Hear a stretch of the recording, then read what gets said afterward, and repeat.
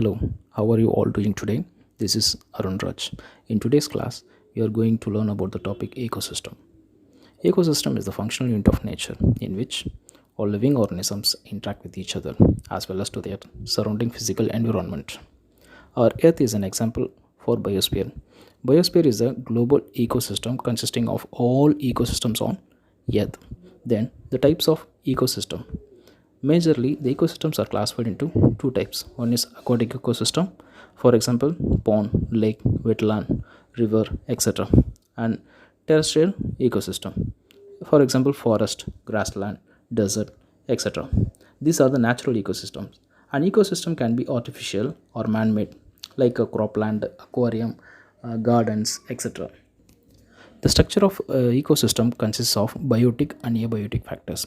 All the living organisms in an ecosystem are called biotic factors, and all the non-living factors in an ecosystem like sunlight, humidity, water, etc. are considered as abiotic factors. The characteristic physical structure of an ecosystem depends on the interaction of biotic and abiotic factors only. Four factors are important for an ecosystem to function as a unit. First one is productivity, second one decomposition, third one energy flow, fourth one nutrient cycling. And the function of an ecosystem is the conversion of inorganic into organic substances by following the three steps. The first step is use of radiant energy of the sun by the autotrophs, and the second step, consumption of the autotrophs by various heterotrophs. Then the third step, decomposition and mineralization of all the dead organic matter to release the nutrients back into the soil for reuse by the autotrophs. These events are repeated again and again. If we are taking pond ecosystem as an example, the structure consists of biotic factors and abiotic factors. Let us see what are the components present in the abiotic factors.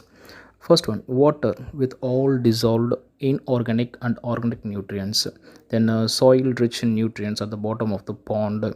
Then solar input, temperature and other climatic factors are present as abiotic factors. Biotic factors can be classified into three categories. First one is producer or autotrophs. For example, algae, then phytoplanktons can be considered as an example for autotrophs. And the second one is consumers, are also called heterotrophs.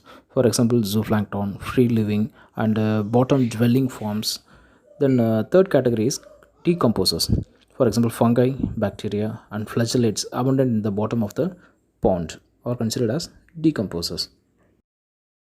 And the last topic of today's class is stratification.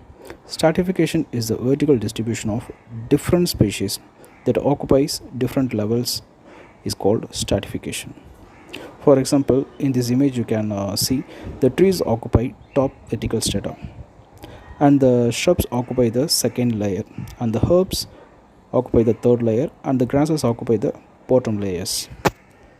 And I hope that all understood today's class. If you have any doubt, leave it in the comments. See you in the next class. Thank you. Bye.